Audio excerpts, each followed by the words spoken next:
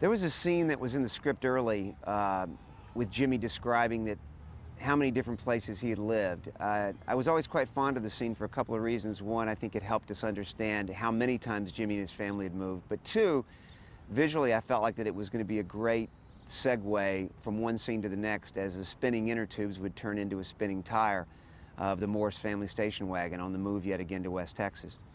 The scene was left out for a couple of reasons. One, time, obviously. We wanted to get to the main part of the story with Dennis as Jimmy Morris. And two, when we showed the movie to audiences, they completely got the idea that the Morris family moved quite a lot and that Jimmy wasn't all that happy about it. So therefore, we didn't need to have the scene in, which is one of those things that's always tough for a first-time director because you think visually you've accomplished something, and now it's not in the film. That said, you get to watch it in the DVD. San Diego, Presidio, San Francisco, Key West. I was in Key West 3 times. Key West, Key West, Key West. Waukegan, Groton, Virginia Beach, Roanoke. Mayport. And now Texas. Mom said if you're good enough, doesn't matter where you live, right? Moms don't know nothing about baseball.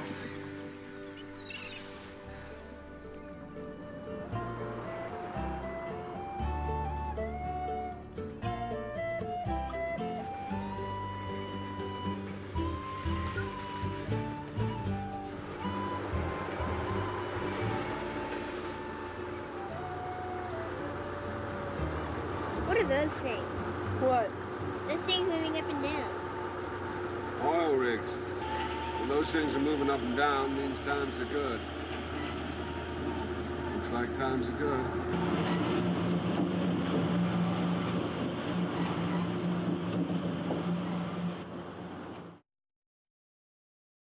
Mike Rich wrote a scene early in the movie, which is a softball game that takes place at night in Big Lake, Texas. And it's kind of a beer baseball league that they have. And Jimmy's on the mound and he's pitching and he gets taken deep. I always liked this scene because I felt like that it was great that the first time you saw a baseball game in this movie, it was really down and dirty small town with Jimmy giving up a home run. And the last time you would see a baseball game would be at the ballpark in Arlington with Jimmy striking out Royce Clayton. I thought there was a nice yin-yang thing to the baseball setup for this. It was excluded for a couple of reasons. One, time, as you're going to hear many times, is your enemy when you're trying to make a 2-hour movie. And the other thing was that there were some people that thought that actually Jimmy seemed like he had a little bit of a chip on his shoulder in this, and that's not the real character, and we didn't want to portray him thusly, so it ended up going by the wayside.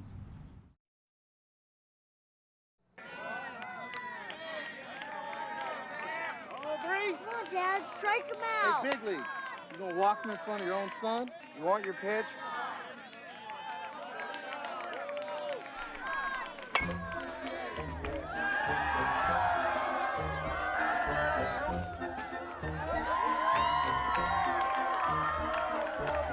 Hey, Morris, who's gonna ball forward anyway?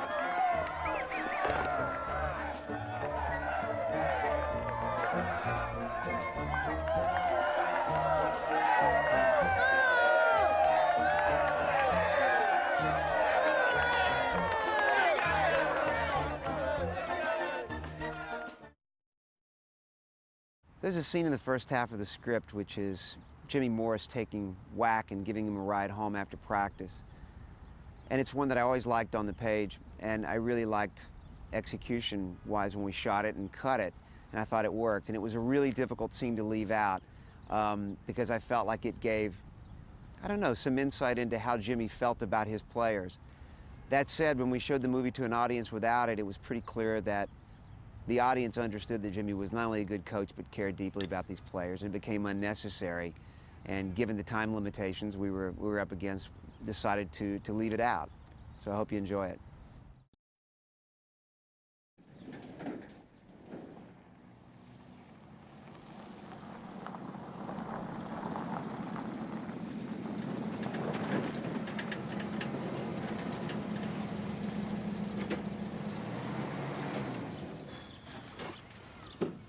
That fastball. That's what I'm gonna have to get used to, huh? You will. Takes time. Thanks for the ride.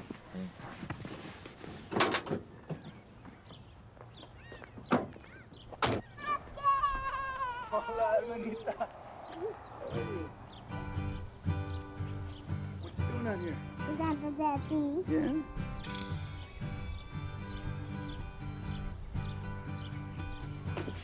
Hey, Whack. You go over there. I'll be right over there. Might need that. I'm gonna hit one of those pitches, man. You keep playing this game.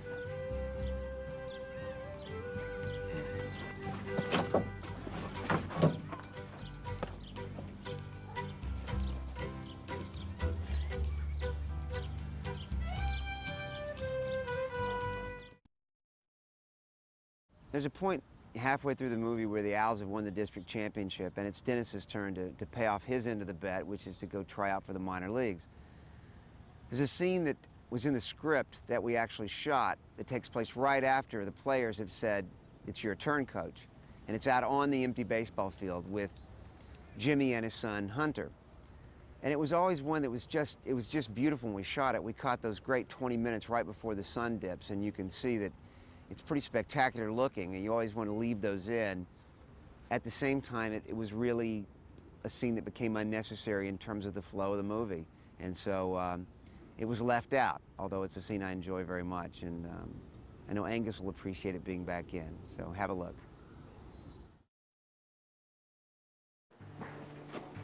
It's your turn, Coach. It's your turn, Coach. It's your turn, Coach. Your turn, Coach.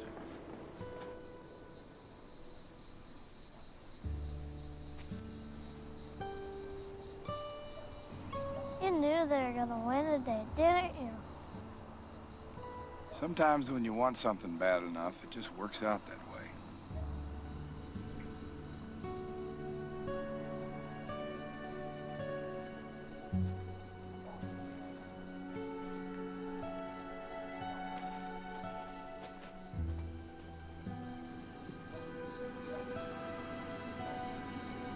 Mom, It's been a good field. can we get a Slurpee? Maybe later. But you said if you wanted something bad enough. I wasn't talking about Slurpees.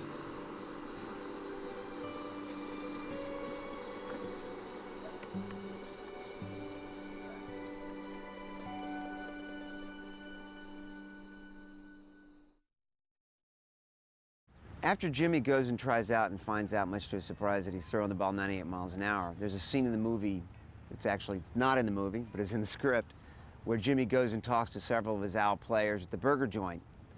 The main information that's passed along there is the fact that when you play minor league baseball, when you sign a contract, it's for less than you would make teaching biology at Big Lake High School, which is probably information that most audience members wouldn't necessarily know. You think going to play pro baseball is big time and you're making a lot of money. In truth, when you're playing A ball, you can make as little as $600 a month, which is $150 a week, and this is before taxes. It's not a lot of money.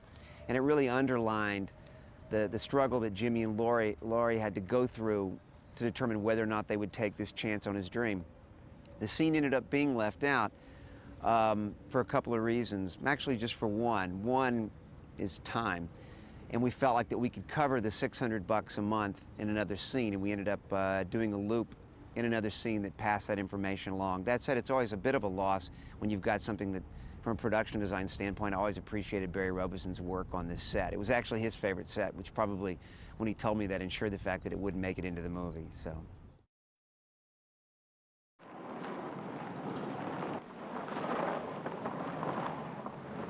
Whoa. You said you'd think about it? Are you crazy, man? I mean, think is what women do when someone wants to marry. There's no thinking involved when someone wants you to play baseball. Just because they sign a contract doesn't mean they're going to put me in the major leagues. So what's wrong with a minor league contract? You ever seen a minor league contract? There's no guarantee of anything. They pay you next to nothing. So what? You're a teacher. It's what you get paid anyway. Teachers get paid a lot more than minor league pitchers. A lot more. You got a few more people who think about it than just me.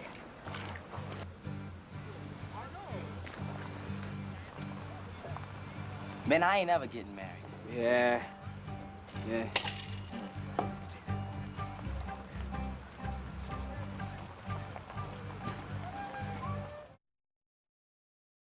a scene in the script that we actually shot, which took place after Jimmy's first pitching effort in the minor leagues, which was a disaster.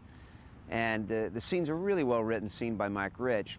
And in it, his Double-A manager comes and sits down with Jimmy on the bus and tells him a story about he and his father chopping wood, essentially giving him fatherly advice to just relax and to play more, to throw the ball more smoothly and gracefully. It seemed when we shot the scene, we cut it, it was beautiful. Brandon Smith, the actor playing the Double-A manager, was terrific. It just seemed a little late in the game for a protagonist to be essentially getting crucial information from a character that we had just met. And we thought, to be truer to Jimmy Morris, he should, you know, draw strength from within and solve his own problems as opposed to having someone else solve them for him. Eric Beeson, the editor, and I sat down, cut the scene out, and essentially came up with a montage that would be Jimmy at the window thinking and trying to stir some emotion within himself and make himself pitch better. I like the fact that this is what we ended up with. Apologies to Brandon Smith on cutting his scene out. He's terrific in it, and you'll get a chance to see it now.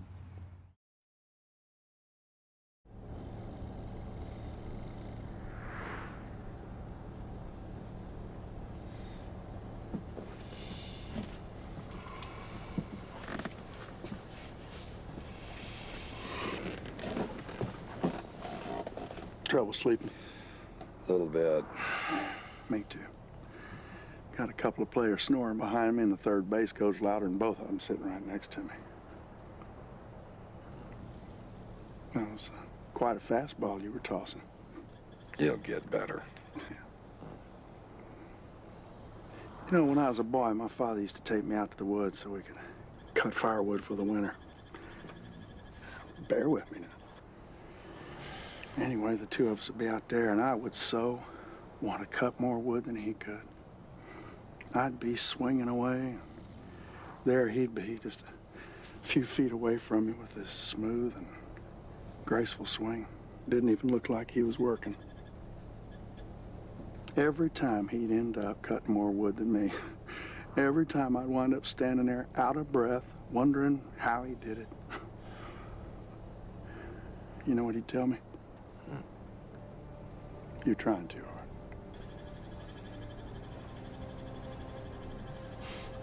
Your father ever coached baseball?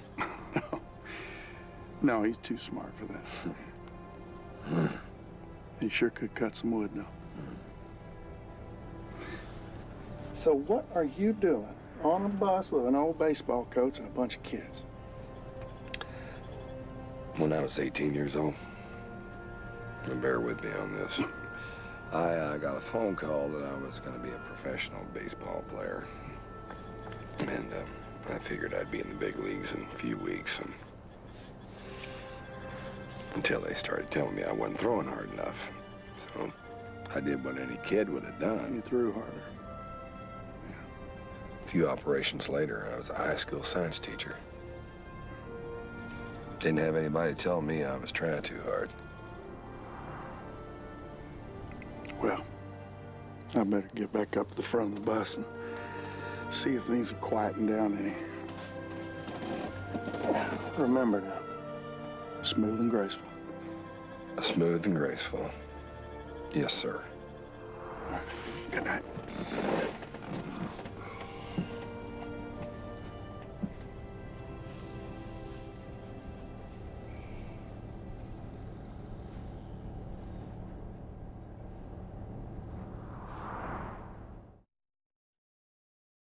There was a particular scene that we shot between Jimmy Morris and the player Brooks, played by Russell Richardson, outside the motel room where the minor league players were living in the movie. And as we were shooting it, John Schwartzman, our very talented DP, came up to me and said, you know, this is the reason I'm a cinematographer, shots like this. This may be my favorite shot in any movie I've ever done, which probably jinxed it because it's not in the movie. That said, it's a wonderful scene between Dennis and Russell, and it provided one other little bit of insight that we struggled with till the very end about whether to include the scene or not. And that was, we had no real explanation of why Jimmy was throwing the ball 10 miles an hour faster. And in this scene, Russell actually asked that question, and an answer is given, which is essentially to say that we, the filmmakers, don't have any more knowledge than you do, but at least we acknowledged it. When we tested the movie, we found out that everybody came up with their own explanation for exactly why Jimmy was throwing the ball harder. Either it was because he'd been throwing batting practice to his kids, or the last surgery he took, or it was just the time that had passed and he was in good shape.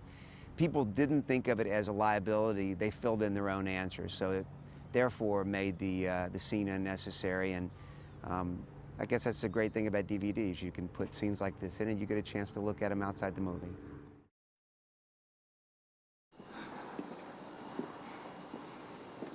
You got it, Sanchez? I got it. You okay? Mm-hmm. All right, Sanchez. Man, I wish I was swinging against him tomorrow. Unfortunately, the team we're playing gets to. How long you been here, Brooks? Durham? All year long, man. Well, you won't end it here. Yeah, and how do you know that? Ah, come on. Everybody knows the big team's only going to call one guy up, and it's going to be you. Don't tell me you hadn't thought about it. Oh, man, the only thing I can think about is getting my hits. You know? That's all I can do. Who taught you that? Patient man.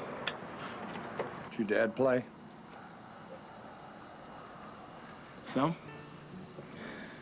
Wasn't good enough, but, man, he loved it.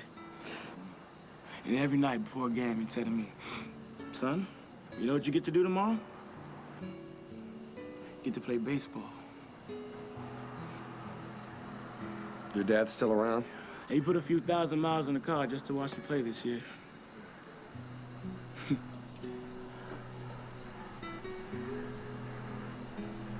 Night, Brooks. Hey, Rip. Yeah. How do you figure all this? I mean, you throwing faster than you ever did. You a religious man? Yeah, I guess. It's the only thing I can come up with.